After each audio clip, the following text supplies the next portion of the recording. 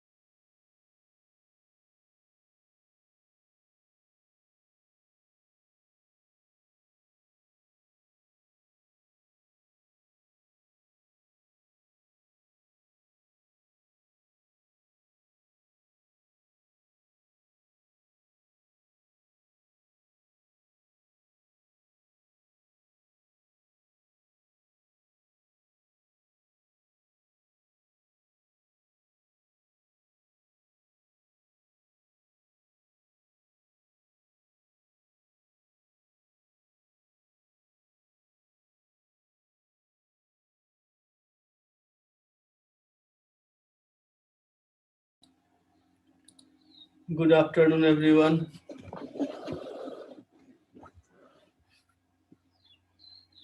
तो आज हम लोग सबसे पहले पढ़ेंगे logarithm of a complex number. किसी कॉम्प्लेक्स नंबर में अगर लॉग लगाएंगे तो उसको फिर किस तरह से सॉल्व करेंगे। तो सबसे पहले लिखिए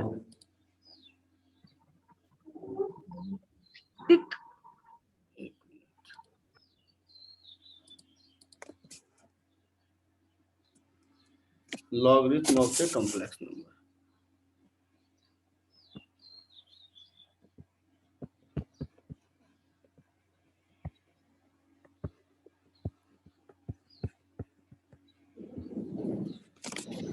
तो किसी भी कॉम्प्लेक्स नंबर में अगर हम लॉग लगाएंगे तो उसको कैसे सॉल्व करेंगे। तो मान लेते हैं कि कोई भी कॉम्प्लेक्स नंबर इस तरह से हम लिखते हैं x प्लस आई वाई। उसमें अगर लॉग लगाएंगे तो इसको हम इस तरह से भी लिख सकते हैं मॉड जेड ई आई थीटा, जहां पे जेड क्या हो जाएगा x प्लस आई वाई। ठीक है, इस तरह से लिख सकते हैं क्योंकि हम बोले थे किसी भी कॉम्प्लेक्स नंबर को हम इस तरह से लिख सकते हैं। तो ऐसे हमने लिख दिया।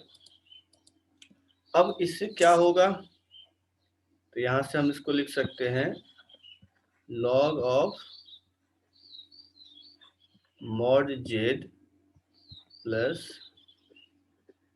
log e i थीटा, ठीक है।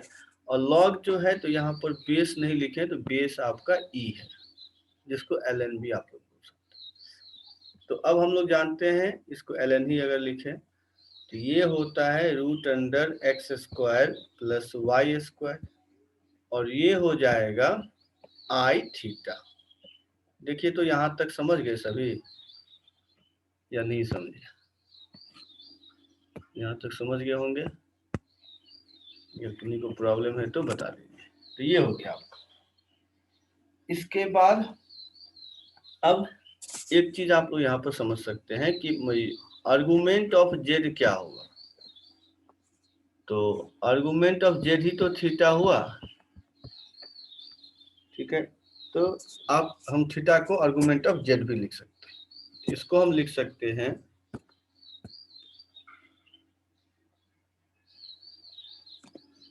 हाँ आ सकता है लॉग में आयोटा, ठीक है ना, आएगा प्रतीक, लॉग में आयोटा आएगा।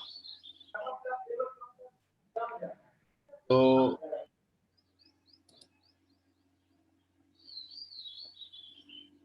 लॉग में आयोटा आएगा। तो अब जो है इसको हम देखिए क्या लिख सकते हैं, इसको हम लिख सकते हैं 1/2 ln x² plus y² plus i argument of Z. तो इस तरह से हम लोग लगाएंगे। तो एक बार फिर से सब देख लीजिए, कहीं कुछ प्रॉब्लम है तो आप पूछ सकते हैं। ठीक है, सभी को आ रहा है समझ में कि लॉग अगर लगाएंगे कॉम्प्लेक्स नंबर में तो कैसे हम सॉल्व करेंगे, क्योंकि इसी पे फिर क्वेश्चन देंगे तो सबको होना चाहिए। सर हाँ बोलिए। सर थीटा सेकंड या थर्ड क्वाड्रेंट में होगा, ये तो तब भी डिपेंड करेगा। Argument of Z equal to theta ही होगा। हाँ हाँ मेन वो तो अब देखेंगे ना कैसा कॉम्प्लेक्स। यहाँ तो सिंपल समझिए कि theta he argument of Z है। अब वो जैसा आर्गुमेंट कैसे निकालेंगे वो अलग चीज होगी, तो जो आएगा वो लिख देंगे हम, ठीक है ना। Yes sir. चलिए तो इस तरह से हम लोग करें। नेक्स्ट हो कीजिएगा। नेक्स्ट पेज, हाँ नेक्स्ट पेज ये रहा। हाँ। तो अब देखिए यहाँ पर हम ये बोल सकते हैं कि अब हम ln ऑफ i इसका अगर सॉल्व करना है तो इसका आंसर क्या होगा। इसका मतलब ये क्या हो गया, ln 0i × 1। इसको हम लिख सकते हैं 1/2 ln 0² plus 1² plus i into, अब इसका जो आर्गुमेंट होगा i का वो क्या होगा, π/2 होगा। तो ये लिख देंगे, इसका मतलब क्या हो गया, i π/2, क्योंकि सॉरी यहाँ पे i² नहीं 1² ना, यहाँ पे होगा 1², तो ये तो 0 हो जाएगा। तो आपका आ गया π/2 i। तो देखिए तो समझ में आया आप लोगों को कि नहीं आया। तो इसका आंसर ये होगा। अगर सर आर्ग्यूमेंट जेड में हाफ कैसे हुआ? आर्गुमेंट, ये तो अभी फॉर्मूला था ना, यहाँ पे हाफ रूट था ना, वहां पे ये रूट अंडर हटेगा ना तो 1/2 आ जाएगा। नहीं सर, फॉर्मूला में हाफ होगा आर्ग्यूमेंट में। अच्छा आर्गुमेंट में हाफ कहाँ की है, आर्गुमेंट में तो हाफ नहीं है, यहाँ तो π/2 आएगा ना। i का क्या होता है π/2, आर्गुमेंट में कहाँ हाफ किए हैं, कहाँ पर, यहाँ तो नहीं है। आप कहाँ की बात कर रहे हैं? अच्छा हाँ सर। आर्गुमेंट में हाफ नहीं है। अच्छा सॉरी एक मिनट रुक जाइए, यहाँ पर ये ब्रैकेट बंद नहीं किए, अच्छा इसीलिए कंफ्यूजन। वो ये ब्रैकेट यहीं बंद हो जाएगा ना। ठीक है प्रतीक, हाँ सर। चलिए ठीक है। अब जो है इसी तरह से हम अगर देखें ln -i तो इसका क्या हो जाएगा, तो -π/2 i हो जाएगा। देखिए तो ये आ रहा है सबको, या निकाल के दिखा दें।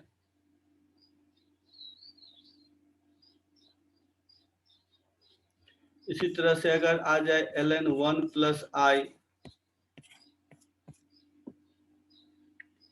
तो ये क्या हो जाएगा, तो 1/2 ln 1 प्लस 1 हो जाएगा प्लस आई π/4। तो ये 1/2 ln 2 प्लस π/4 आई। इस तरह से हम लिख सकते हैं। ठीक है, यहां तक आ रहा है। अब देखते हैं इस पे जो क्वेश्चन सब होगा कि अगर हम बोल रहे हैं z equal to I to the power I, तो बताइए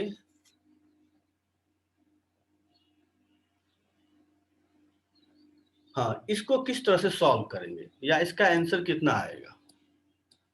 सर तो एक मिनट बस पिछला वाला पेज दिखाइएगा। हाँ दिखा देता हूँ, इसको देख लीजिए।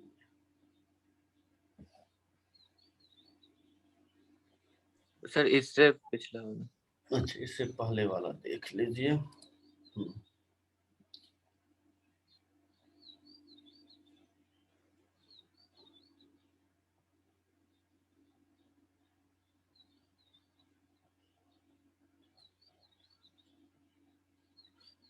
हो गया, हो जाएगा तो बता दीजिएगा।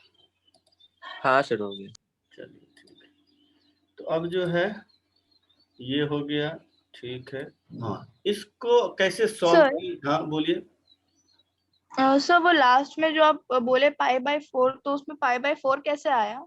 हाँ आर्गुमेंट इसका निकालिए कि z इक्वल टू 1 प्लस आई है, तो आर्गुमेंट ऑफ z क्या होगा,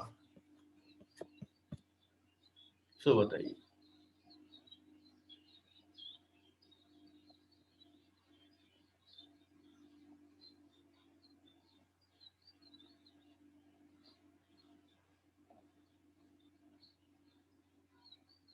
क्या समझ में आया श्लोक का? No sir.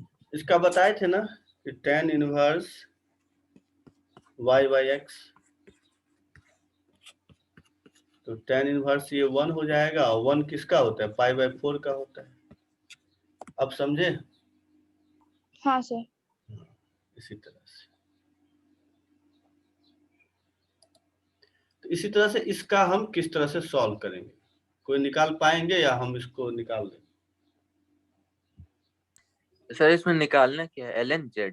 नहीं, इसी को सॉल्व करके ln z नहीं, z ही निकालना है। इसको सॉल्व करेंगे तो कुछ आपका सिंप्लीफाई करना है सर, क्या बोले हैं, सिंप्लीफाई करेंगे। हाँ इसको सिंप्लीफाई करिए, सही बोले, सिंप्लीफाई करिए इसको। सिंपल फॉर्म में क्या आंसर आएगा, या ऐसे समझिए इसका आंसर कुछ कांस्टेंट आता है, तो वो कैसे हम करेंगे वो बताना है।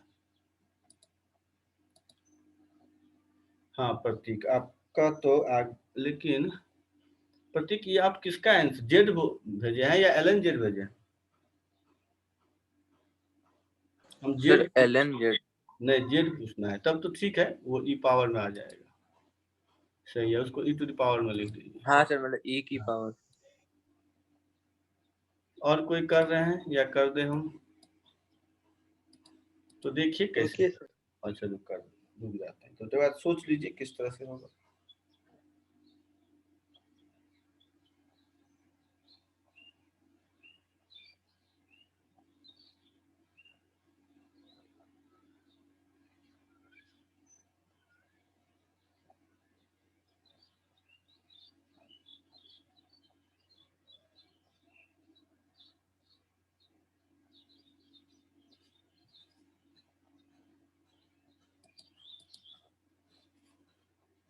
बता दीजिए सर।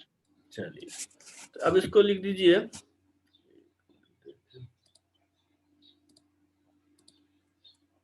विवेक आपका भी सही है। तो इसका अगर हम ln z लिखेंगे तो ये क्या होगा, i ln i, ठीक है, और ln i को हमने बताया है अभी i π/2, तो ये हो गया -π/2, तो z क्या हो गया, e टू द पावर -π/2। तो इसका मतलब याद रखिएगा, i to the power i equal to होता है e to the power minus, तो ये होता है, इसको याद रखिएगा।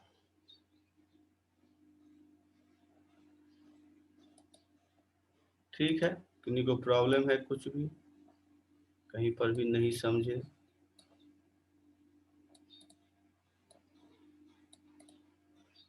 चलिए, वेरी गुड, समझ गए तो आगे बढ़ना चाहिए।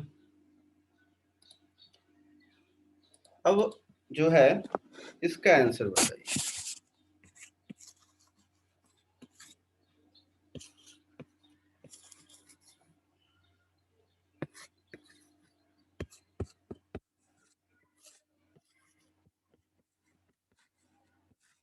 इसका आंसर बताना है ए और बी के टर्म में ओनली। ठीक है, इसको सिंप्लीफाई इस तरह से करिए कि आपका आंसर केवल ए और बी में आना चाहिए।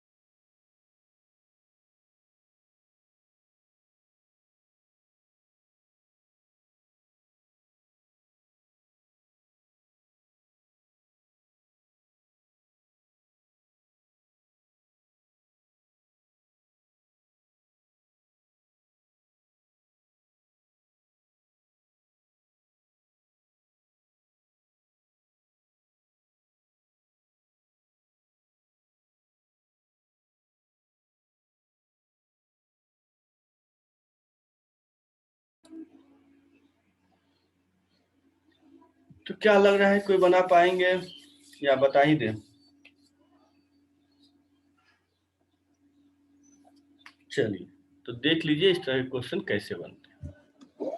सबसे पहले क्या करेंगे, a प्लस आई बी को हम एज्यूम कर लेते हैं मॉड जेड ई आई थीटा। तो a माइनस आई बी क्या हो जाएगा, ये समझ में आ रहा है सबको? तो अब दोनों को डिवाइड कर दीजिए। तो दोनों को अगर डिवाइड कर देंगे तो क्या हो जाएगा, तो ये हो जाएगा e का पावर, सॉरी यहाँ पे b नहीं, थीटा ना होगा, ये थीटा, तो ये हो जाएगा माइनस आई टू थीटा। क्या इतना समझे आप लोग कि नहीं समझे, सो बताइए।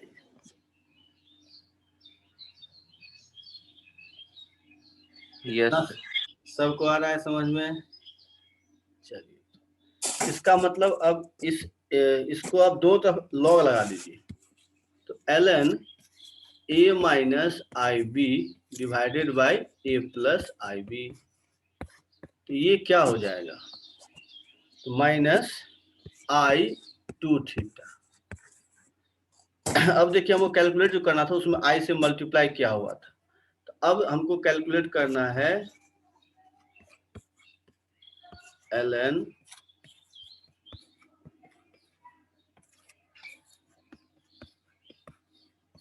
तो ये क्या हो जाएगा, टू थीटा, और इसको हम क्या लिख सकते हैं,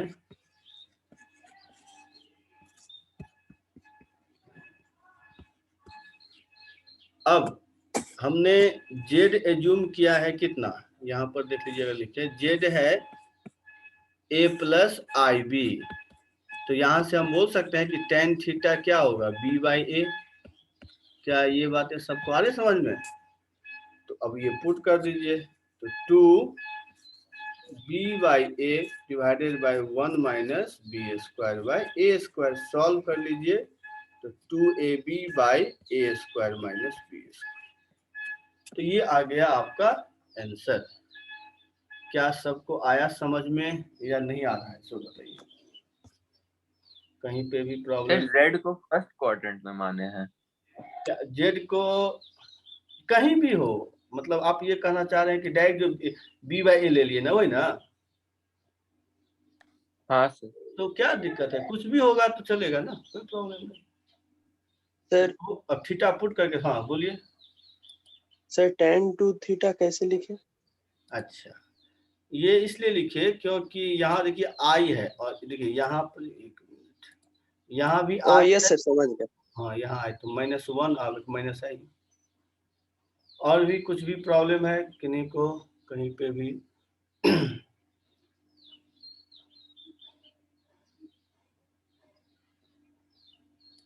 यहाँ से देख लीजिए, यहाँ से था।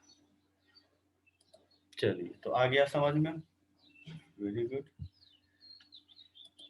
चलिए एक क्वेश्चन और लिखिए। If z equal to I to the power I to the power I, then mod z क्या होगा, सो बताइए।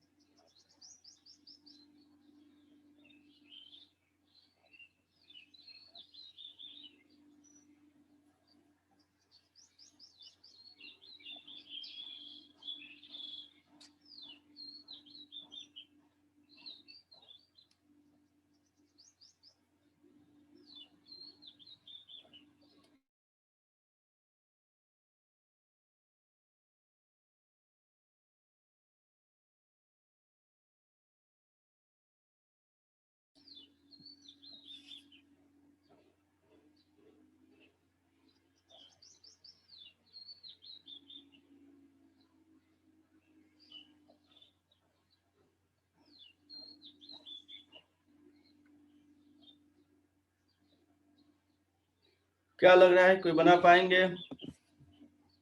चलिए तो देखिए कैसे बनेगा। सर रुकिएगा ना थोड़ा सा। अच्छा ठीक।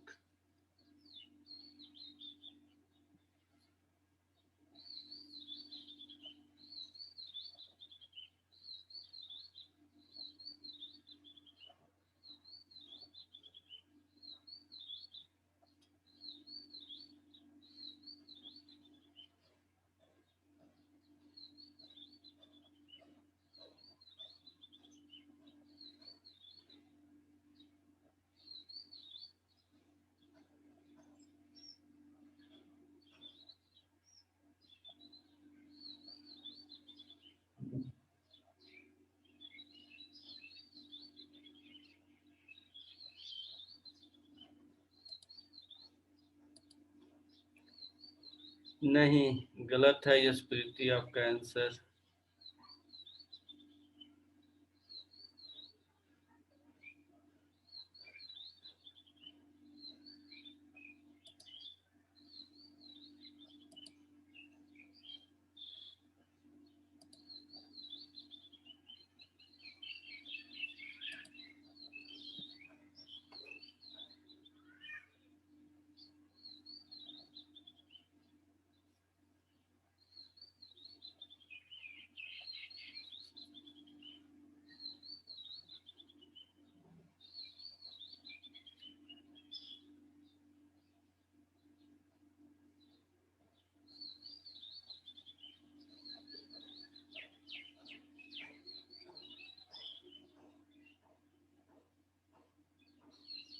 सर कोई कांस्टेंट वैल्यू है क्या?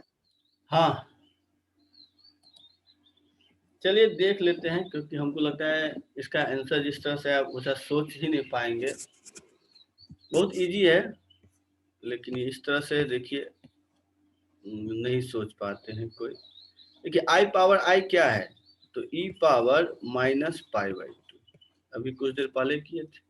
अब इसमें मॉड लगाएंगे, तो मॉड आई का पावर ई पाई बाई 2, तो 1 का पावर ई, आंसर आ जाएगा 1। बस देखिए सिंपल इस तरह से बन गया। क्या समझे आप लोग? सर एक बार और समझाइए। अच्छा, तो देखिए यहाँ पे क्या था, आई पावर आई था। मॉड जेड के बाद सर। अच्छा, मॉड जेड तो बस मॉड कहाँ आ जाएगा, ये आई में आ जाएगा ना केवल, क्योंकि फॉर्मूला बताए थे। इसका मतलब क्या होता है, मॉड जेड का पावर एन, वो लगा दिए आगे। समझे अब कि नहीं हाँ समझे? चलिए, तो इसीलिए देखिए इसका आंसर 1 आ गया। तो बन गया कितना इजीली। लेकिन हाँ, होता है कि क्या करें ये होता है। और भी किन्हीं को कुछ प्रॉब्लम है? नहीं। चलिए, अब आपको बताना है फाइंड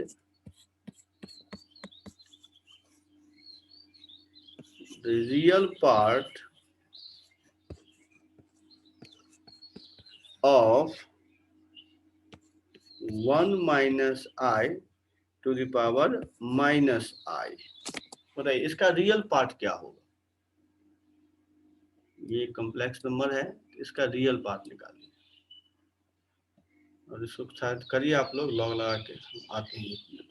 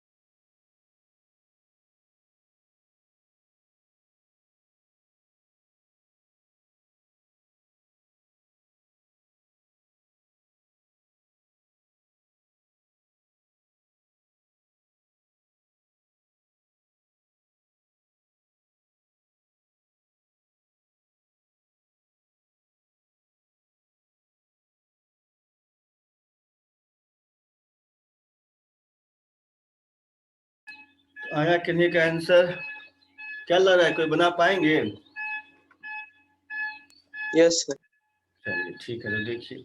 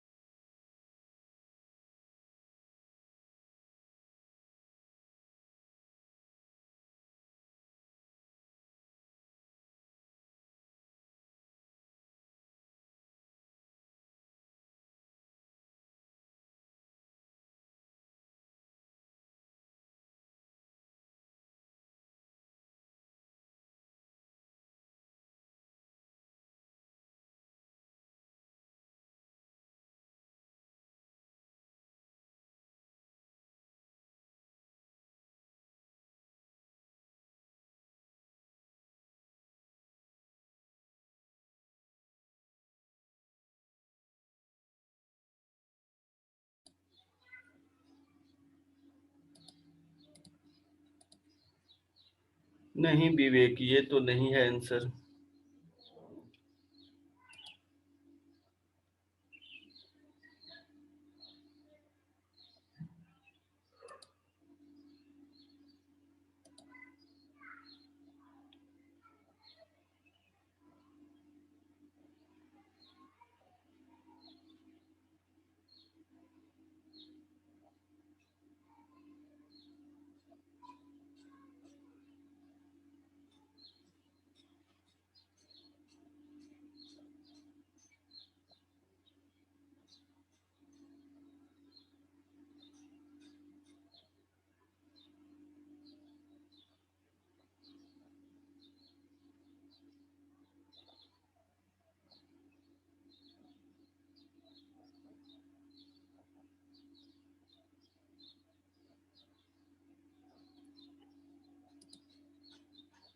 नहीं कनिष्क, ये आंसर नहीं है।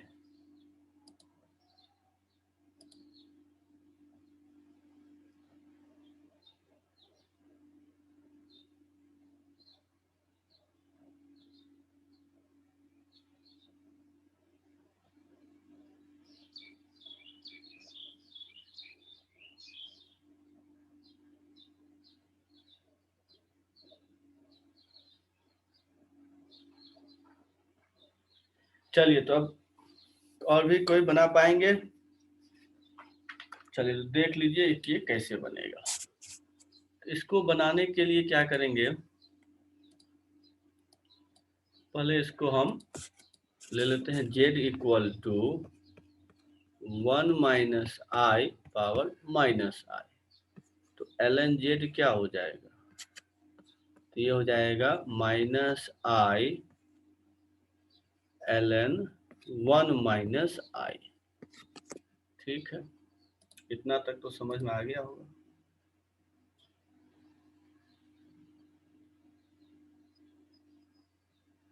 आपका तो आया तो है, लेकिन माइनस पाई बाई 4 होगा ना e का पावर। हाँ सर, वो डिनोमिनेटर में e का पावर अच्छा पाई बाई डिवाइड, 4। अच्छा हाँ, तो डिवाइड कर दिया, तब तो ठीक, यही आंसर है। चलिए प्रतीक आपका तो आ गया। तो अब जो है इसको आप क्या लिख सकते हैं, आई।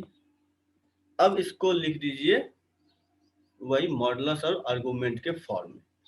तो देखिए इसको हम क्या लिख सकते हैं, ln √2 हो जाएगा ना, क्योंकि तो इसका मॉडुलस √2 आएगा और e का पावर क्या हो जाएगा, तो माइनस आई पाई बाई 4। ठीक है, इतना तो समझ में आ गया होगा। इसके बाद अब इसको क्या करेंगे, ठीक है, तो इसको अब लिख लीजिए z इक्वल टू e का पावर माइनस आई ln, यानी तो एक लाइन और लिख सकते हैं, एक मिनट। तो यहाँ पे ln, ये ln z इक्वल टू क्या हो जाएगा, तो माइनस आई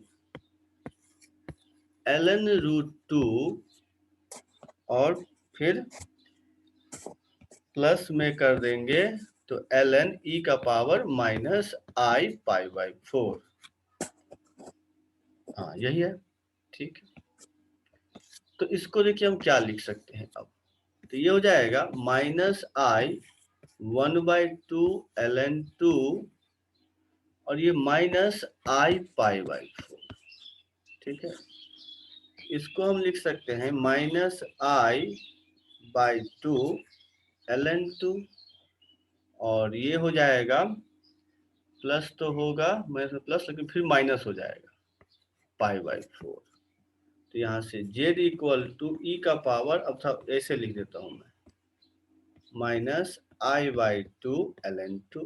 देखिए तो यहाँ तक समझ में आया सबको या नहीं आ रहा है, सो बताइए, क्या यहाँ तक समझे सभी कि हमने लॉग लगाया, फिर आई को इधर ले आए, फिर इसका लिख दिए आर्गुमेंट और मॉडुलस में, उसके बाद फिर तो लॉग से सॉल्व करते जा रहे हैं। ठीक है ना यहाँ तक।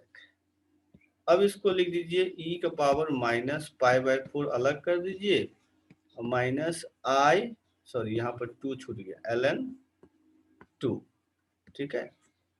अब देखिए इसको क्या लिख सकते हैं, e का पावर माइनस π/4 और यहाँ पे cos ऑफ क्या हो जाएगा, तो 1/2 ln 2 minus i sin 1/2 ln 2, ठीक है ना।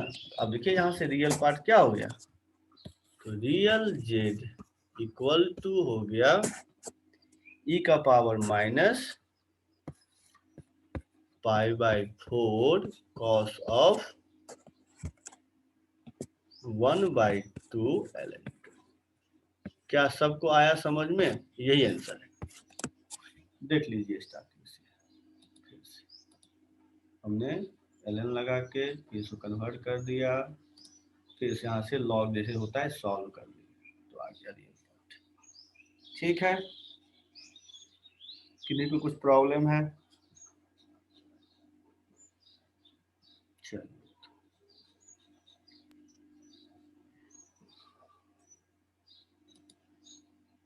अब बताइए इसका आंसर क्या होगा।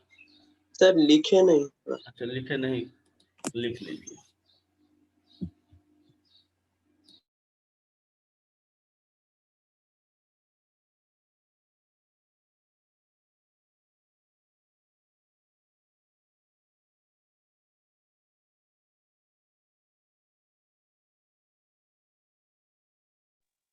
यस सर हो गया। अब जो है लिखिए e का पावर 2m थीटा i, ठीक है, इंटू e का power i cot theta plus 1 divided by i cot theta minus 1 whole power m। बताइए इसका आंसर कितना आएगा। अगर इसको सिंप्लीफाई कीजिए तो इंटीजर में कुछ आंसर आएगा, तो वो इंटीजर में आंसर क्या होगा। अच्छा एक मिनट रुक जाइए, तो एक जगह गलत हो गया, ये e का पावर नहीं होगा, सिंपल यहाँ पे हम एक जगह गलत हो गया, i cot थीटा, सिंपल ये होगा, e का पावर में नहीं, हाँ ये गलत हो गया था, i cot theta plus 1 divide by i cot theta minus 1 whole to the power m, और यहाँ पर e का पावर है m थीटा i, सही। इसको सिंप्लीफाई करिए, आंसर कुछ इंटीजर में आएगा।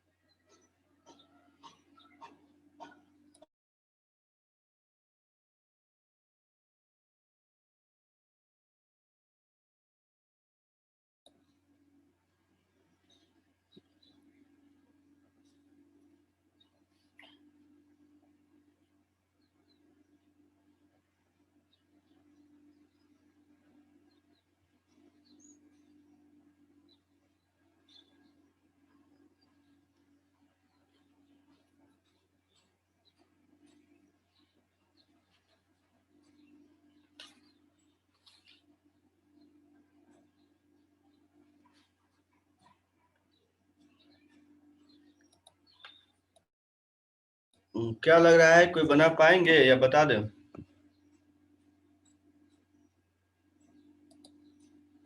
चलिए तो देख लीजिए कैसे बनाते हैं।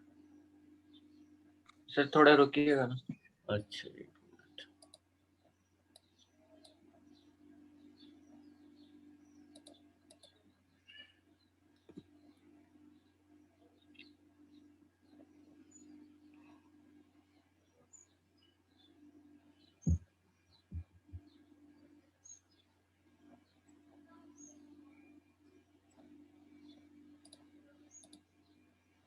नहीं विवेक, आपका आंसर गलत है।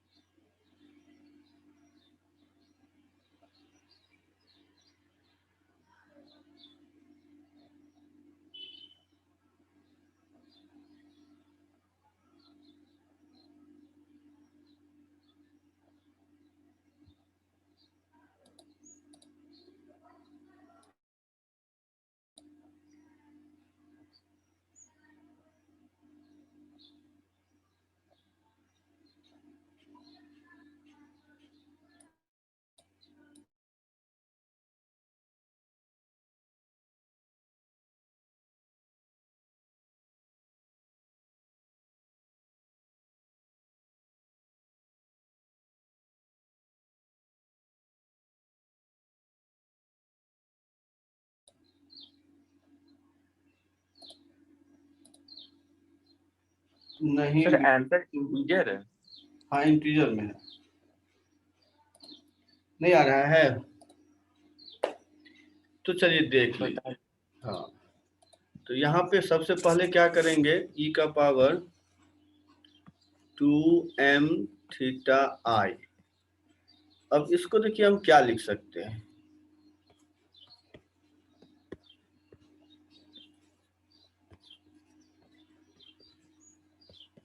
क्या ये बातें आप लोगों को समझ में आई? ये मैंने कैसे लिखा या नहीं समझे?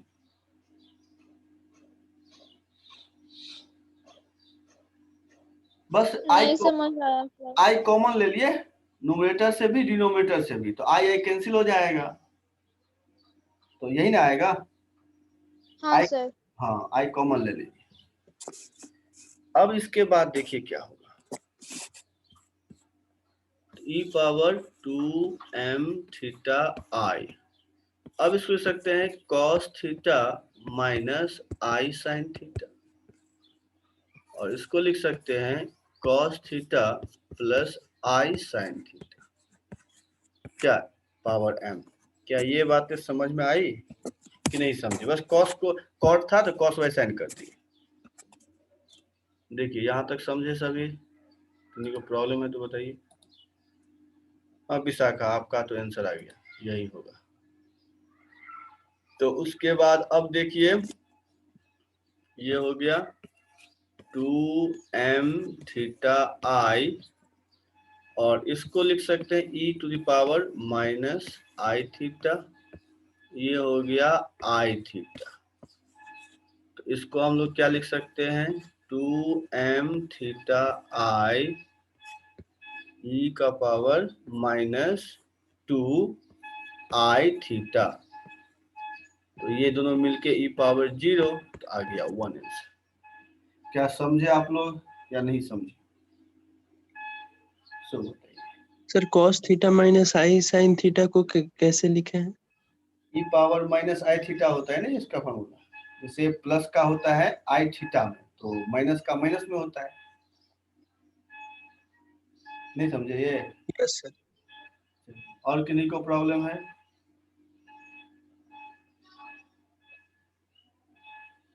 चलिए तो अब आगे, तो ठीक है, इस पे हमने कुछ क्वेश्चन करा दिया। अब आ जाते हैं next topic, rotation of complex number.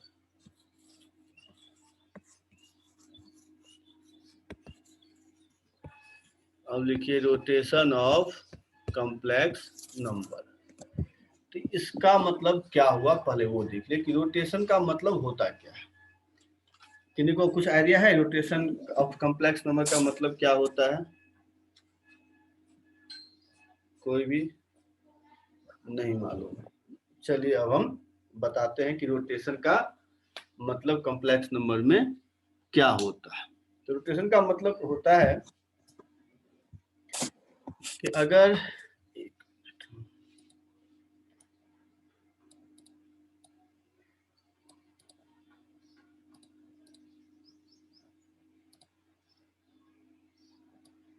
ये एक कॉम्प्लेक्स नंबर है, एक मिनट पहले इसको ले लीजिए x, ये हो गया y, इसको ओरिजिन ले लीजिए, ये कोई z है, ठीक है, एक कॉम्प्लेक्स नंबर है, या z1 दे दीजिए।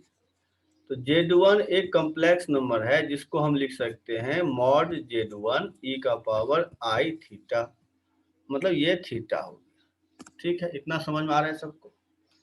अब हम क्या करेंगे, इसको रोटेट कर दीजिए किसी एंगल से, ठीक है, बस उसी को OZ1 है, उसी को सेम लेंथ, ठीक है ना, उसी को जस्ट क्या किए यहाँ पर आ गया, तो अब ये Z2 हो गया और ये रोटेशन एंगल है अल्फा, तो हमको पता करना है Z2 क्या होगा, ठीक है ना। तो यही रोटेशन मतलब यही हुआ कि एक कॉम्प्लेक्स नंबर को किसी एंगल से हम रोटेट कर दिए, तो वो कॉम्प्लेक्स नंबर एक नया कॉम्प्लेक्स नंबर बना, तो वो कॉम्प्लेक्स नंबर क्या होगा। तो यही सब चीजें हम पढ़ेंगे रोटेशन में।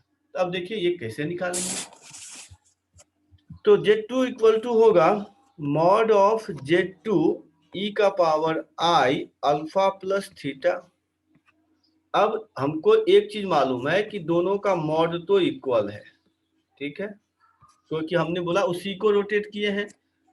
तो OZ1 equal to OZ2, length equal है, तो Z2 क्या हो जाएगा, mod of Z1 e i theta into e i alpha, this equal to Z1 e i alpha, sorry Z1, हाँ Z1।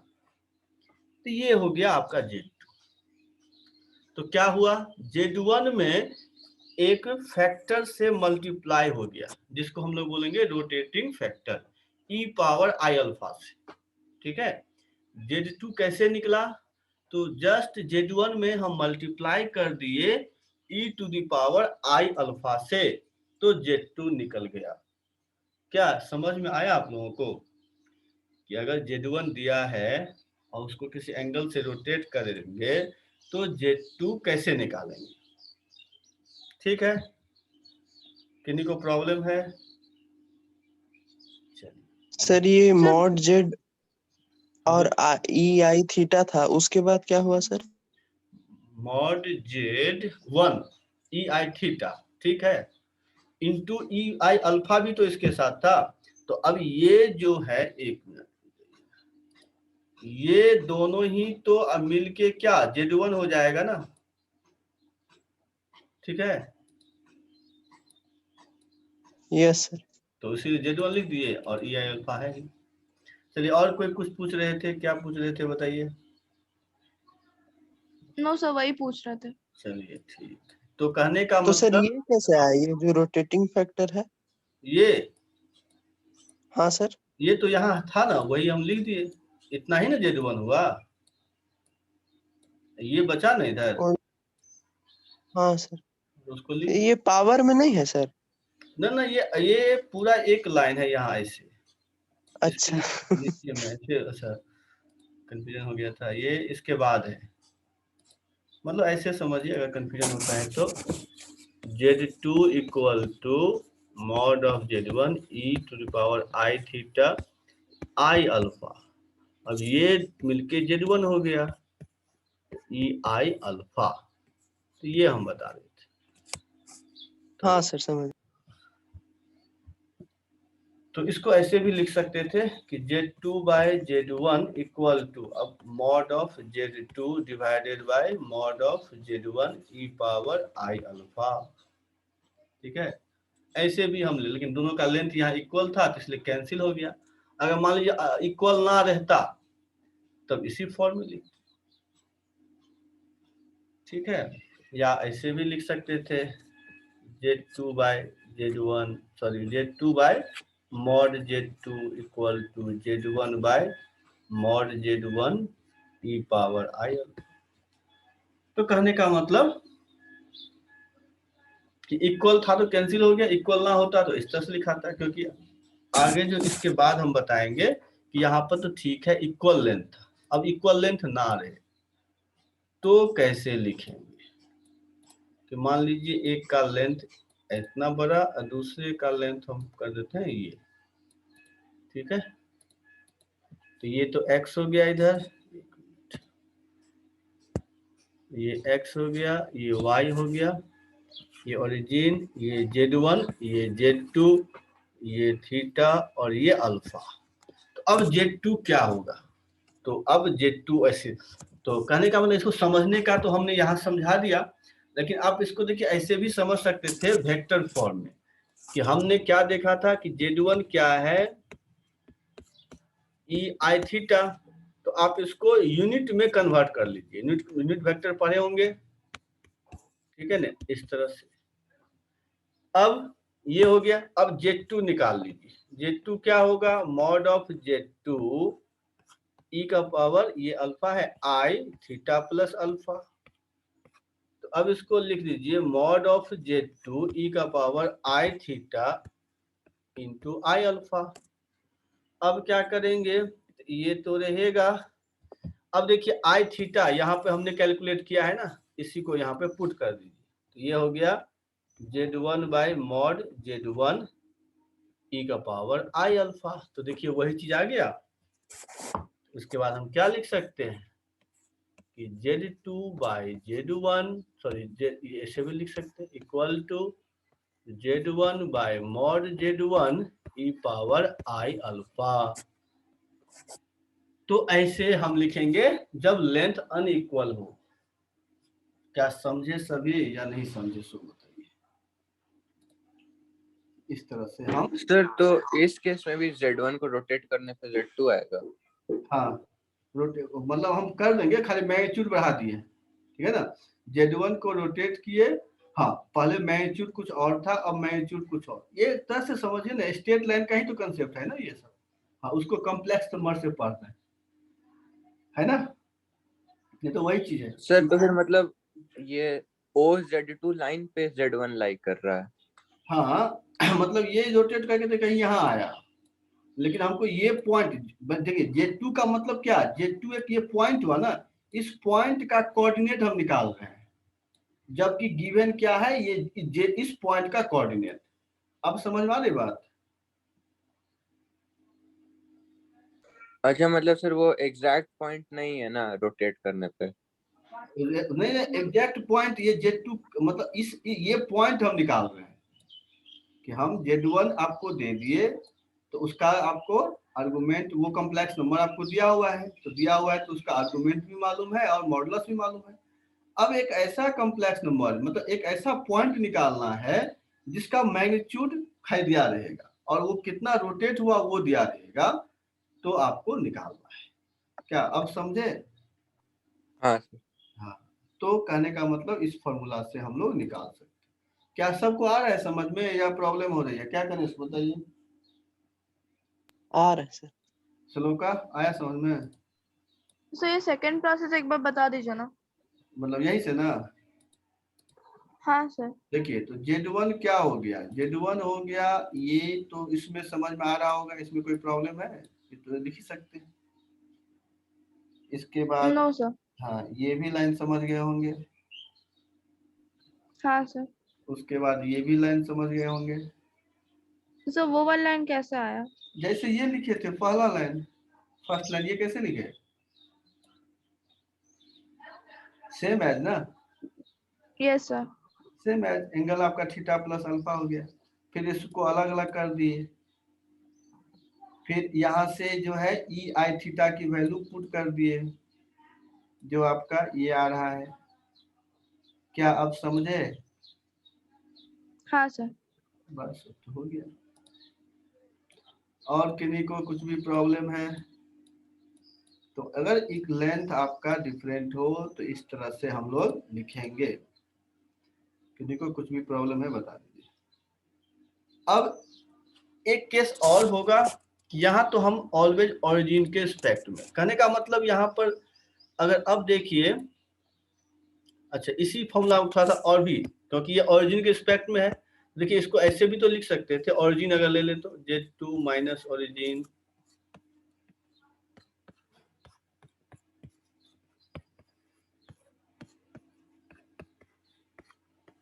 ठीक है, ओरिजिन के रिस्पेक्ट में इस तरह से। तो मैं इस तरह से क्यों लिखा, क्योंकि अब जो है मैं क्या करूंगा, आपको ओरिजिन पे नहीं रखूंगा, ठीक है। अब हम कहीं भी रखेंगे, ये x हो गया, ये y हो गया, उसके बाद ये सॉरी ओरिजिन हम ले लिए ना, ऐसे नहीं, मान लीजिए ऐसा कुछ है। अब इसको रोटेट करके कुछ इस तरह से, और ये एंगल आपका अल्फा है। ये मान लेते हैं Z2, ये हो गया Z1, ये हो गया Z3, ठीक है। तो अब हम कैसे निकालेंगे, तो आप अगर इसका डायरेक्टली यूज करें, इसका अगर यूज करें तो ओरिजिन के जगह पे किसको पुट कर दीजिए, तो ओरिजिन जो है शिफ्ट कर गया कहाँ पे, Z1 पे शिफ्ट कर गया। तो आप उसी फॉर्मूला में रख सकते हैं ओरिजिन की जगह पर Z1। तो कहने का मतलब इस तरह से आप कर सकते हैं। दिखा देता हूं मैं कि देखिए यहाँ पर अगर करेंगे तो क्या लिखेंगे, तो यहाँ पर हम लिखेंगे, और यहाँ पर देखिए एक डायरेक्शन एंटी क्लॉकवाइज डायरेक्शन याद रखिएगा, क्योंकि एक चीज यहाँ फिर बता दूं कि ये जेड था, ये थीटा, तो हम जेड इक्वल टू ये डायरेक्शन एंटी क्लॉकवाइज ले रहे हैं, मॉड जेड ई पावर आई थीटा, ठीक है।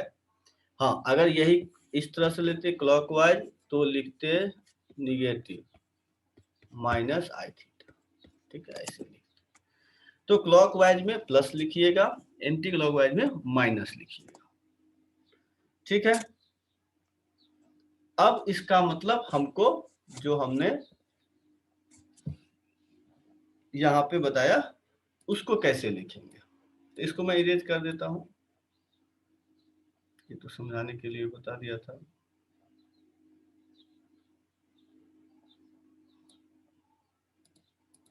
तो अब देखिए क्या हो जाएगा, यहाँ पर Z3 माइनस Z1।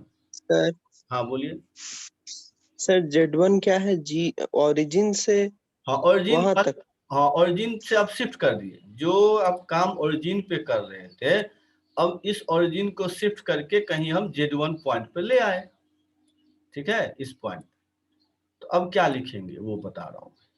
तो अब क्या करेंगे, Z3 minus Z1 equal to क्या होगा, तो यहाँ पर लिख सकते हैं Z2 minus Z1 divided bye क्या होगा, mod of Z2 minus Z1 E power I alpha. तो इस तरह से हम लिखेंगे।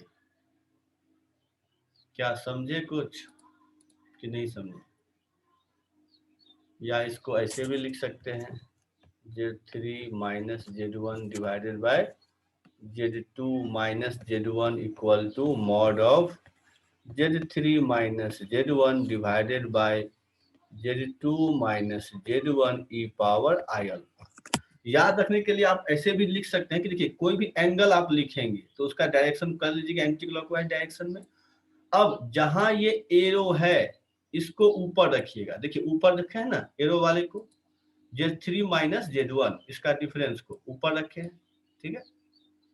उसके बाद इसका डिफरेंस नीचे है, क्योंकि इस टेल में है, देख रहे हैं यहाँ पे एरो नहीं है, जहां एरो है वो ऊपर होगा और जहां टेल पोर्शन है वो नीचे होगा। तो Z3 माइनस Z1 ऊपर हो गया, Z2 माइनस Z1 नीचे, फिर उसका तो मॉडुलस और कितना एंगल रोटेट किया गया है। तो इस तरह से हम लिख सकते हैं अगर ओरिजिन पर नहीं रोटेट किया, कहीं बाहर पे रोटेट किया तो। क्या कुछ समझे आप लोग या नहीं समझे? सो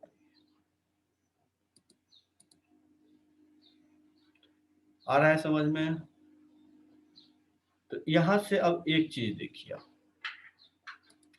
अगर हम कोई ट्रायंगल ले लें, ठीक है, अब देखिए कोई हम ट्रायंगल ले लेते हैं इस तरह से, ट्रायंगल ले लिए। अब इसका जो वर्टिसेस है वो ए हो गया, ये बी हो गया, ये सी हो गया। अब इसका डायरेक्शन आप पहले फिक्स कर लीजिए इस तरह से, ठीक है, साइक्लिक ऑर्डर हमने ले लिया। अब अगर हम बोले कि बताइए एंगल ए को किस तरह से लिखेंगे। हाँ, एक चीज और, ये है Z1, ये है Z2 और ये है Z3, ठीक है। तो एंगल ए को कैसे लिखेंगे? तो देखिए आप कितना अच्छा से मैं लिख दूंगा। हमको मालूम है कि जिधर आपका एरो है वो ऊपर होगा, तो क्या लिखेंगे? Z3 minus Z1 divided bye क्या लिखेंगे? तो Z2 माइनस Z1। क्या ये बातें समझे आप लोग या नहीं समझे? सो बताइए, क्योंकि हम एंगल ए निकाल रहे हैं। एंगल ए Z1 है, तो ये जो यहाँ पर एरो है उसको ऊपर लिखेंगे और टेल वाले जो पोजीशन था उसको नीचे लिख दिए। और क्योंकि यहाँ जो हमने लिखा एक कॉम्प्लेक्स नंबर, उसका मतलब जो था ये अल्फा, इसके बीच का ही तो एंगल है ना ये अल्फा, तो इसका जो आर्गुमेंट अल्फा है ये क्या है?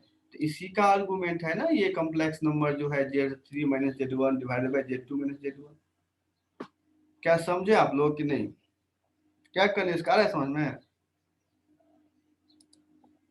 कि सर हाँ एंगल कैसे लिखेंगे ये मैं बता रहा हूँ यहाँ पर। हाँ बोलिए सर, जो है ए बी बी सी और ए सी लेंथ, इसका नहीं एरो होगा? हम अभी एंगल आर्गुमेंट केवल लिख रहे हैं ना, मतलब तो एंगल की बात कर रहे हैं। तो एंगल में आपका, अच्छा आप पूछ क्या रहे थे, क्वेश्चन बताइए तो फिर से।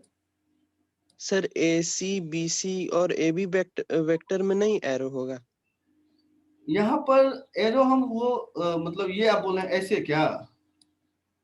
हाँ सर, हाँ सर। हाँ, इसका नहीं, हम तो बस अभी शायद मैग्नीट्यूड का कोई बात नहीं कर रहे, हम एंगल की बात कर रहे हैं ना, सिंपल कि एंगल कैसे लिखेंगे, ठीक है, कि अगर हमको ये एंगल है तो इस एंगल को हम किस तरह से लिखेंगे ये हम बताना चाह रहे थे, ठीक है। यस। तो इसी तरह से अगर हमको एंगल बी लिखना होगा तो कैसे लिखेंगे? तो एंगल बी हो जाएगा आर्गुमेंट ऑफ, तो यहाँ पर Z1 minus Z2 divided bye Z3 minus Z2। अगर एंगल सी को लिखना होगा तो argument of Z2 minus Z3 divided by Z1 minus Z3। तो देखिए इस तरह से हम तीनों एंगल को रिप्रेजेंट करेंगे अगर तीनों का आपको वर्टिसेस दिया हुआ रहेगा तो देख लीजिए हम किस तरह से एंगल लिखेंगे, ठीक है। सर एक बार बता दीजिए ना। हाँ बस देखिए क्या आपको करना है, पहले तो इसी का कि इससे पहले भी, नहीं सर, ये तीनों एंगल कैसे लिख हाँ रहे कि हाँ, सीक्वेंस? तो देखिए हमने क्या किया, पहले तो एक साइक्लिक मतलब एंटी क्लॉकवाइज में डायरेक्शन ले लिया, ठीक है। तो अगर इसका ये है तो यहाँ पे इसका अगर मान लीजिए हेड आया है तो यहाँ पर, यहाँ से फिर डायरेक्शन तो टेल होगा, इस तरह से बढ़ेगा ए पे। मान लीजिए ये ऐसे आया यहाँ पर, तो साइक्लिक लेंगे तो फिर ऐसे जाएगा, फिर यहाँ पे ऐसे जाएगा। तो ये डायरेक्शन समझ गए होंगे पहले। हाँ सर। अब इसके बाद हमने क्या बोला है कि हमको मान लीजिए एंगल ए लिखना है, तो आप पहले जो यहाँ पर एरो है जहाँ पे उसका लिखना है, तो उसका क्या होगा, आपको Z1 तो एंगल है ही, तो Z3 माइनस Z1 लिखेंगे और डिवाइडेड बाय टेल वाला जो पोजीशन था इसका लिखेंगे, तो ये Z2 माइनस Z1 लिख देंगे।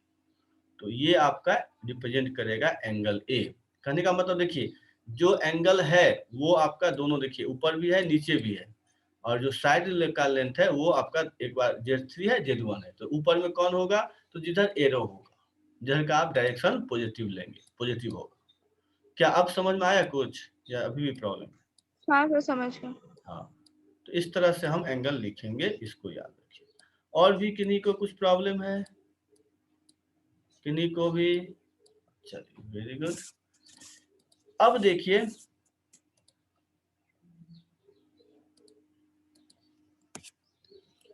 इस पर लेते एक पहले सिंपल एग्जांपल देते हैं, क्योंकि इतना तो पढ़े आप लोग। एक एग्जांपल बनाइए।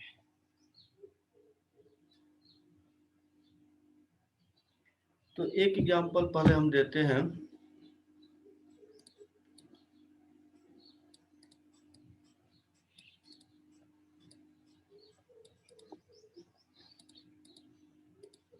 कि अगर ये है 1 प्लस आई, इसको हम अगर 30 डिग्री से रोटेट करें,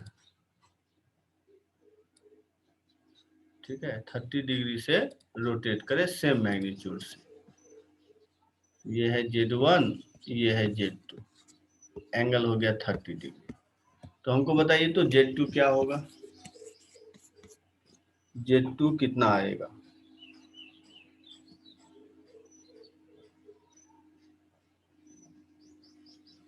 दोनों का मैग्नीट्यूड सेम है, मतलब आप बोल सकते हैं कि OZ1 इक्वल टू OZ2 है।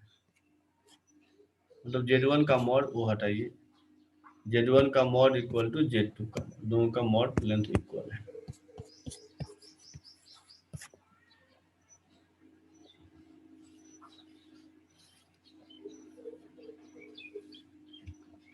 सर Z1 को रोटेट कर रहे हैं। हाँ, इसको रोटेट करके इधर गए है ना, Z2 निकालना है। Z1 तो आपको गिवन है 1 प्लस आई, Z1 आपको दिया हुआ है।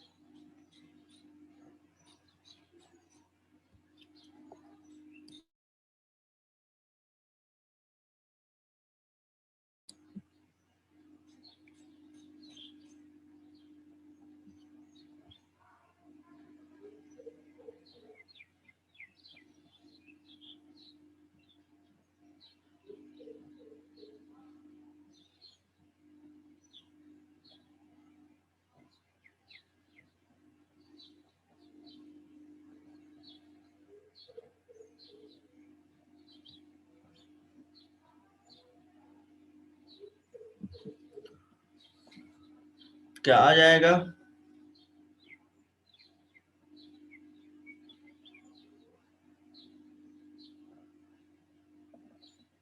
चलिए कुछ मिनट हम आ रहे हैं, आप लोग बनाइएगा इसको, आ जाएगा तो भेजिएगा।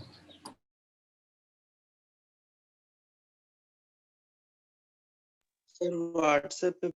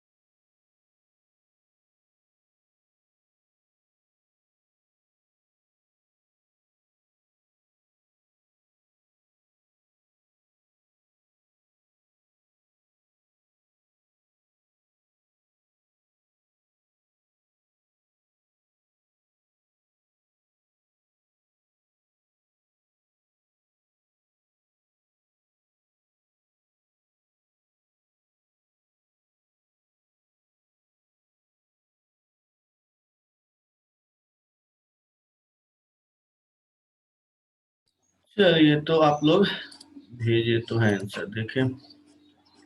विशाखा आपका सही है। प्रतीक आपका जो स्पॉन में भेजे हैं उसको देखना पड़ेगा, आप व्हाट्सएप पे भेजे। कनिष्क एक मिनट रुक जाइएगा, देख लेते हैं।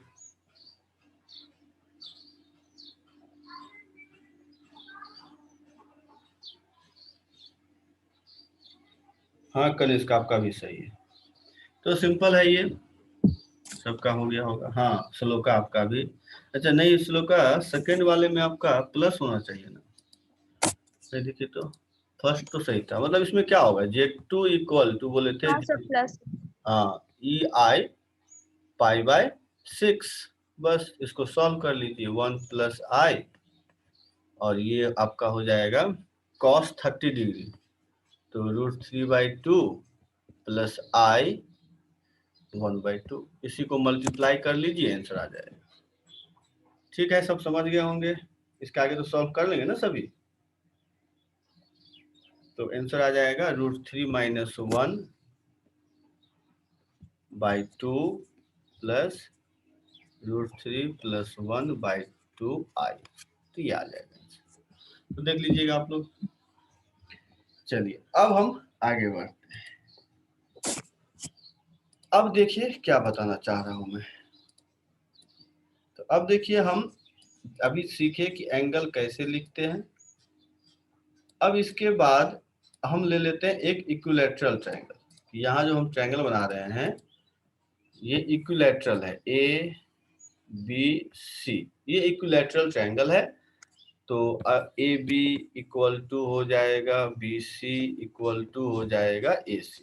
अगर ABC इक्विलैटरल है तो तीनों साइड इक्वल होगा। हाँ अब इसको ले लेते हैं Z1, ये हो गया Z2, ये हो गया Z3। एंगल तो हम इसी तरह से लिखेंगे। तो यहाँ पर हम क्या लिख सकते हैं, अब देख लीजिए Z2 - Z1 का मॉड इक्वल होगा Z2 - Z1, Z3 - Z1 equal to हो जाएगा Z2 - Z3, क्योंकि इक्विलैटरल ट्रायंगल है तो सबका लेंथ तो इक्वल आएगा, AB इक्वल टू BC। ठीक है, और हर एक एंगल जो है वो भी 60 डिग्री आएगा। तो हम अगर एंगल A, जिसको हमने क्या लिखा था, argument of Z3 - Z1 divided by Z2 - Z1, तो ये आ गया π/3। सेम एज एंगल B कितना हो जाएगा, तो argument of Z1 - Z2 divided bye Z3 - Z2, ये भी π/3। ठीक है, सेम एज अगर हम C का ले लें तो ये हो जाएगा आर्गुमेंट ऑफ, क्या हो जाएगा, Z3, तो Z2 - Z3, तो Z2 - Z3 divided by Z1 - Z3 equal to π/3। अब देखिए हम क्या करते हैं, तो कोई भी दो ले लें।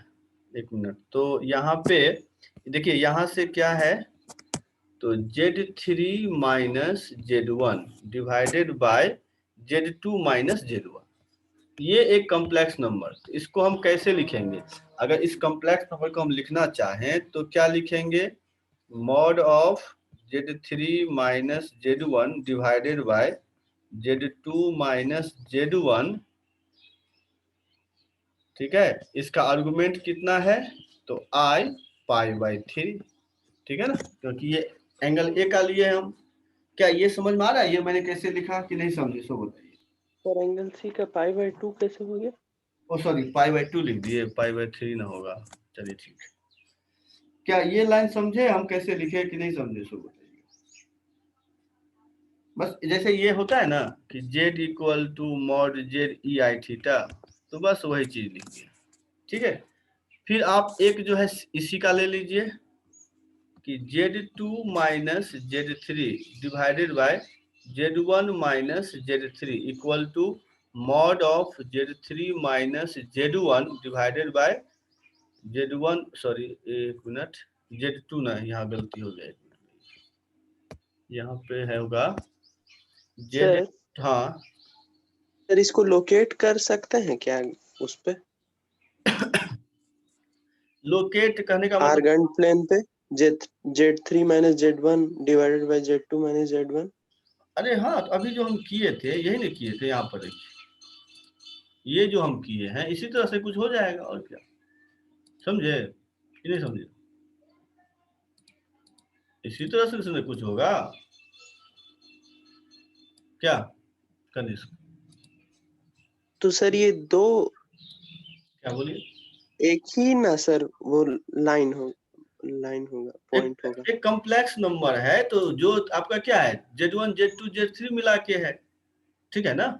अगर आप एक कॉम्प्लेक्स नंबर न हुआ ना, ये अब तो समझिए, एक तो प्रैक्टिकली समझिए हम कर क्या रहे हैं।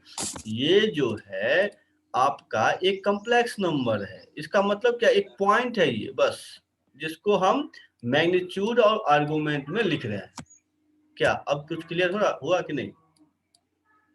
तो सर ये पॉइंट को लोकेट कैसे करेंगे?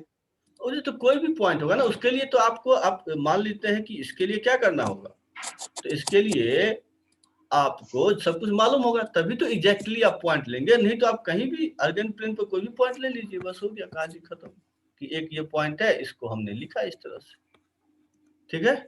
अब एग्जैक्ट अगर जाएंगे तब तो उसके लिए सब कुछ मालूम होना चाहिए ना, ठीक है? हाँ हाँ, तो अब देख लीजिए तो इस हिसाब से आपका क्या हो गया। अब अगर ध्यान से देखिए दोनों को, तो क्या यह जो एक कॉम्प्लेक्स नंबर है और ये जो एक कॉम्प्लेक्स नंबर, दोनों इक्वल होगा? सो बताइए तो, दोनों ही कॉम्प्लेक्स नंबर इक्वल होगा, क्यों?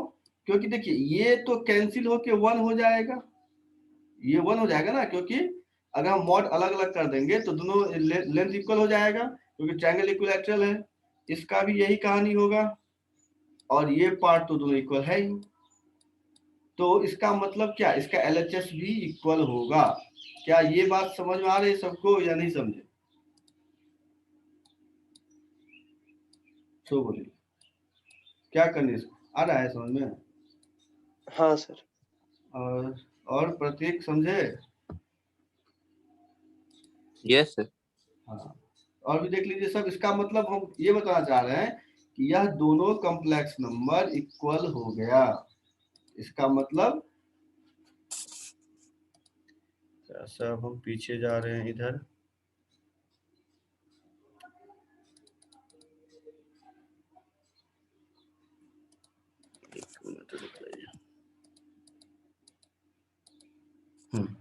इसका मतलब हम क्या करेंगे, इतना तो सब लिख लिए होंगे, यहीं पर दोनों के इक्वल कर देते हैं, आगे इसको हटा देते हैं,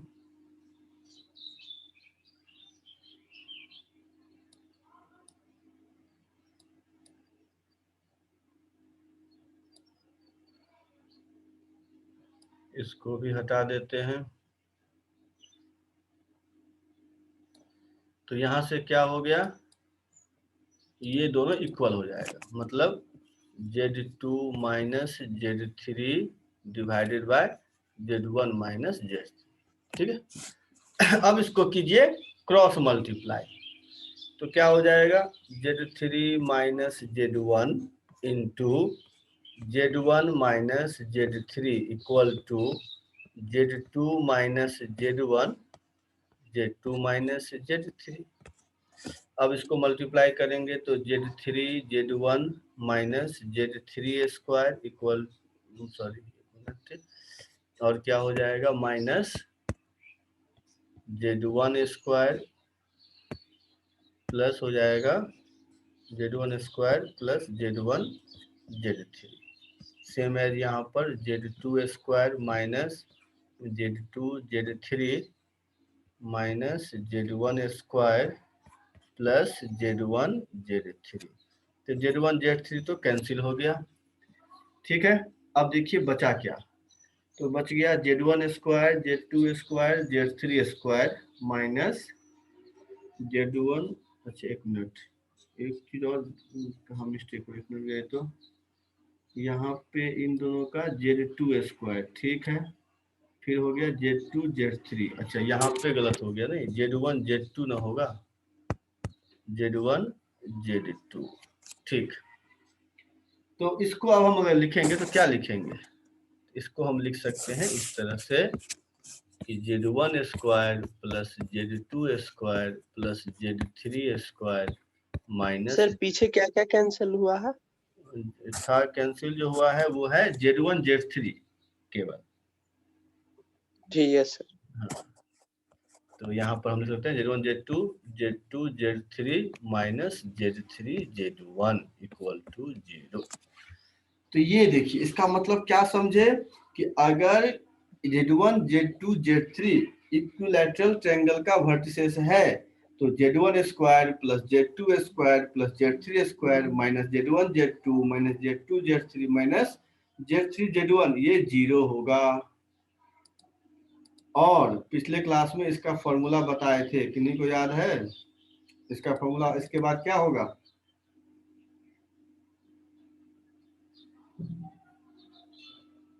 इसका फॉर्मूला बताए थे Z1 plus omega Z2 plus omega square Z3, फिर प्रोडक्ट में Z1 plus omega square Z2 plus omega Z3। क्या याद आया? क्या करें, समझे? याद आया कि नहीं? हाँ सर। था ना, A square plus B square plus C square minus A B minus B C minus C A का ही था, A plus omega B plus omega square C, A plus omega square B plus omega C. इसका मतलब अब ध्यान रखिएगा हमेशा कि कहीं लिखा हो इफ, इसका मतलब पहले ये लिख लीजिए, इसका मतलब ये हुआ कि Z1 plus omega Z2 plus omega square Z3 ये भी 0 हो सकता है, और Z1 plus omega square Z2 plus omega Z3 ये भी 0 हो सकता है। तो क्वेश्चन इस तरह से पूछा है पहले कि if Z1 plus omega Z2 plus omega Z3 equal to 0, then Z1 Z2 and Z3 form कौन सा ट्रायंगल बनाएगा, मतलब फॉर्म तो इक्विलैटरल ट्रायंगल। ठीक है, और उसका दूसरा फॉर्म भी दे सकता है। इसका मतलब ध्यान रखिएगा कि इसमें से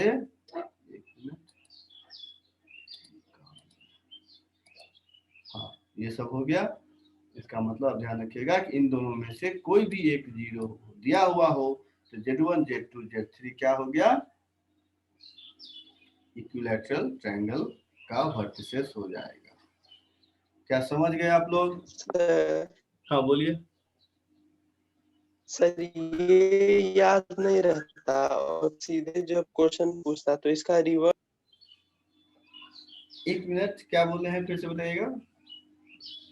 सर अगर ये याद नहीं रहता कि इक्विलैटरल ट्रायंगल बनाता है तो इसका रिवर्स जा सकते थे सर। इसका रिवर्स आप बोल रहे हैं कि हम उल्टा, कि ये दिया हुआ है तो हम यहाँ से ये प्रूफ कर लें। तो एक मिनट, आप रिवर्स अगर जाना चाहेंगे Z1 plus omega Z2 plus omega Z3, तो यहाँ से सॉल्व कर लें। नहीं, उधर से ही आना होगा, यहाँ से तो कुछ पता नहीं चलेगा। ठीक है, हाँ बोलिए। सर यहाँ पे ओमेगा स्क्वायर नहीं होगा कहीं जगह? अच्छा अच्छा सॉरी, ये छूट गया नहीं। हाँ ओमेगा स्क्वायर होगा। नहीं, यहाँ उधर से ही आना होगा कनिष्क, रिवर्स में तो कुछ पता नहीं चलेगा। रिवर्स से क्वेश्चन, हाँ क्वेश्चन पूछेगा।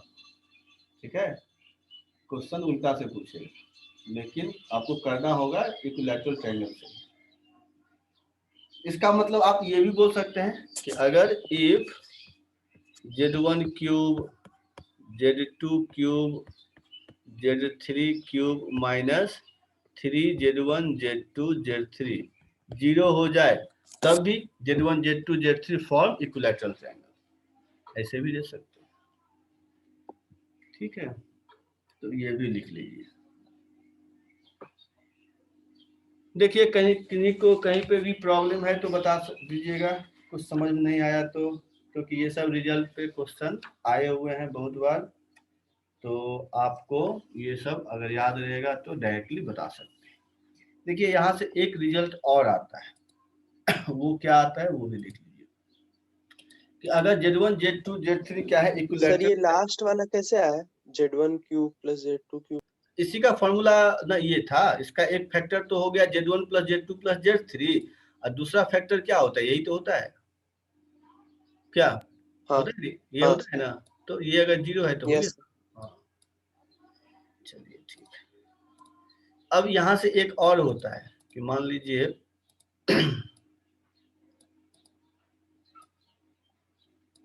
एक और रिजल्ट है कि अगर A Z1 B Z2 और C Z3 है तो आपको मतलब ये इक्विलैटरल ट्रायंगल है, तीनों इक्वल भी है और एंगल आपका π/3, तो लिख लेंगे इन्हें इक्विलैटरल ट्रायंगल ऐसे भी देता है, इन्हें इक्विलैटरल ट्रायंगल ABC, जहाँ A हो गया Z1 B Z2 Z3, then 1/Z1 minus Z2 plus 1/Z2 minus Z3 plus 1/Z3 minus Z1, ये इक्वल टू क्या होगा, ठीक है। इसको अगर हम सॉल्व करें तो क्या आएगा, ठीक है, तो कोई बता पाएंगे क्या आएगा?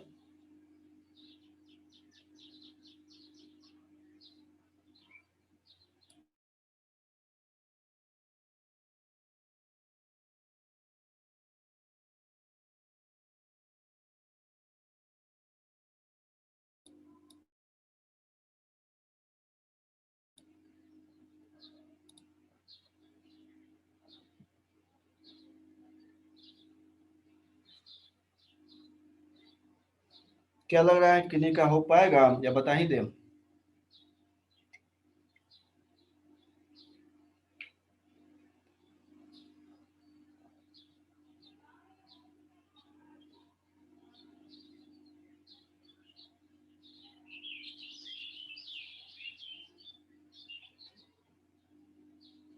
तो देखिए ये आप क्या कीजिए, सिंपल इसको सॉल्व कीजिए एलसीएम लेकर के।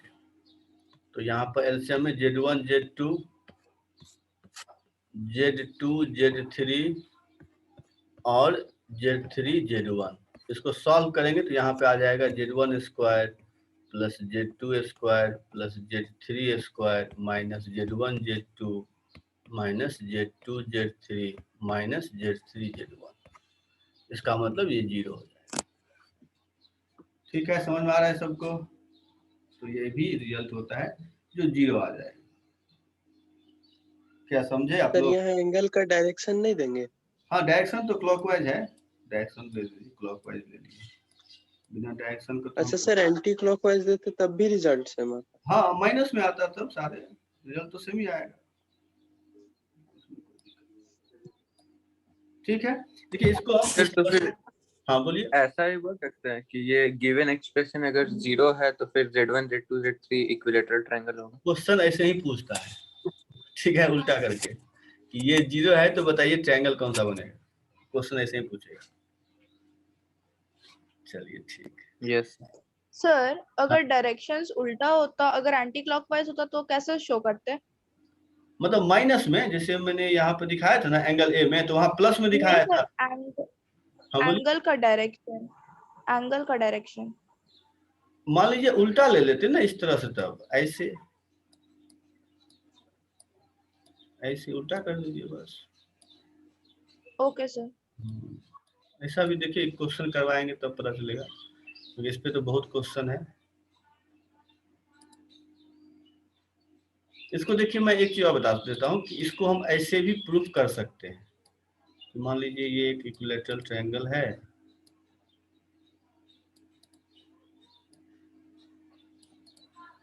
तो आप इसको, ये ए हो गया, ये बी हो गया, ये सी, ये Z1, ये Z2, ये हो गया Z3, ठीक है।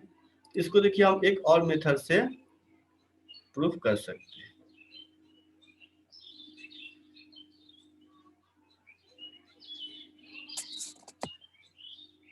वो कैसे करेंगे? तो आप इसको ऐसे लिख लीजिए, Z1 minus Z2, Z2 minus Z3 और Z3 minus Z1 equal to 0। ठीक है, लिख सकते हैं इस तरह से, प्रॉब्लम नहीं होनी चाहिए। अब इसका क्या कीजिए, कंजुगेट लगा दीजिए सब में, पूरे में लगाएंगे या फिर सबको अलग अलग, ऐसे कंजुगेट कर दीजिए। उसके बाद क्या मैं लिख सकता हूँ, Z1 minus Z2 divided by Z1 minus Z2 का होल स्क्वायर। फिर यहाँ पर लिख सकते हैं Z2 माइनस Z3 का whole square divided by Z2 minus Z3, sorry यहाँ मॉड नहीं होगा। उसके बाद यहाँ पर लिख सकते हैं Z3 minus Z1 divided bye Z3 minus. क्या ये समझे आप लोग कि नहीं समझे? Equal to 0। क्या ये समझ में आया आप लोगों को? क्योंकि मैंने फॉर्मूला बताया था ना, Z conjugate equal to mod Z square, उसी का यूज कर लिया। क्या समझे कनिष्क?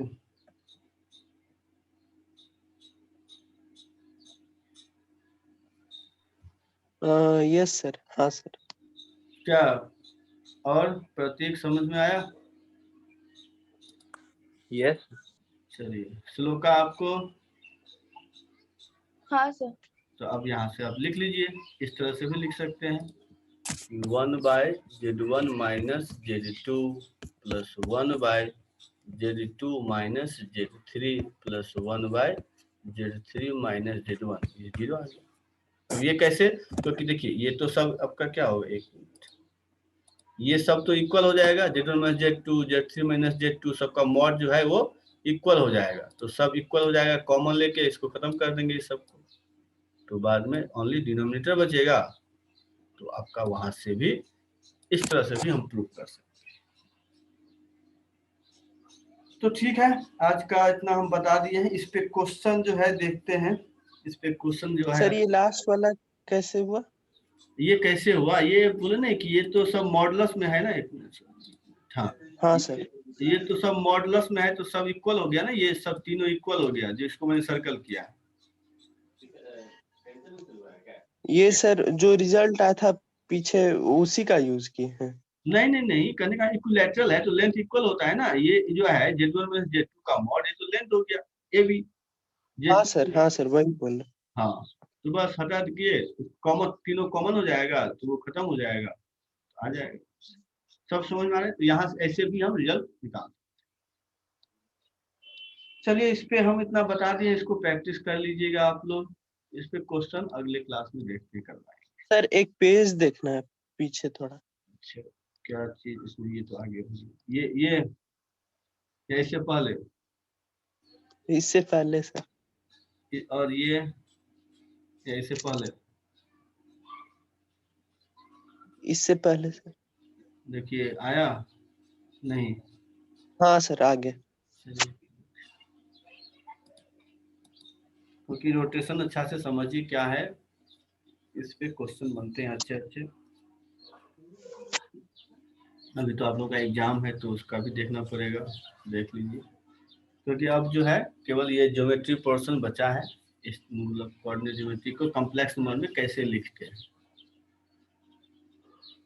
जो मेन टॉपिक है जिससे क्वेश्चन यहाँ से आते हैं, तो उसको देखेंगे। तो वो तो एग्जाम के बाद ही अब हो जाएगा। इधर आप लोग पढ़ के तब एग्जाम अच्छा से दीजिए। और इसका वीडियो देखते हैं, थोड़ा सा टाइम लगेगा क्योंकि ये हम खुद से क्लास लिए हैं, इसको हम आप लोगों को भेज देंगे, लेकिन तब तक इसका वीडियो थोड़ा आने में टाइम लगेगा। ठीक है, कनिष्क हो गया ना? हाँ सर। चलिए, तो आज इतना ही। और भी किन्हीं को प्रॉब्लम हो तो जरूर पूछ लीजिएगा। अच्छा से प्रिपरेशन करिए, ज़्यादा टेंशन नहीं, रिवाइज करके यही टारगेट रखना है टेस्ट में कि 50% मार्क्स हमको पहले आ जाना चाहिए। 50% ही लाना है, ये सोच के जाइए ना, 50% ही लाना है। हाँ, उतना अगर बन गया तो उससे आगे भी बनेगा, कोई दिक्कत नहीं है, लेकिन पहले यही सोचिएगा कि 50% मार्क्स आ जाए। तो उतना ही के लिए आप लोग करिए और सब कुछ रिवाइज कर लीजिए। कभी कभी क्या होता है फेज 1 का भी आ जाता है, ये फेज 2 है, तो ये नहीं कि केवल फेज 2 से ही आएगा, फेज 1 से भी आ सकता है। तो खासकर आप लोगों बी में तो आता ही आता है, इसीलिए फेज 1 फेज 2 बहुत बड़ा सिलेबस है, सबको रिवाइज कर लीजिए। इधर हम लोग देखते रहेंगे, धीरे धीरे चलते रहेंगे, क्योंकि हमको अब लगता है 1 हफ्ता बाद ही क्लास, फ्राइडे को शायद है, तो देखते हैं। चलिए, तब तक जहाँ भी जो प्रॉब्लम हो तो पूछ लीजिएगा। चलिए, तो आज इतना ही, सभी को बाय।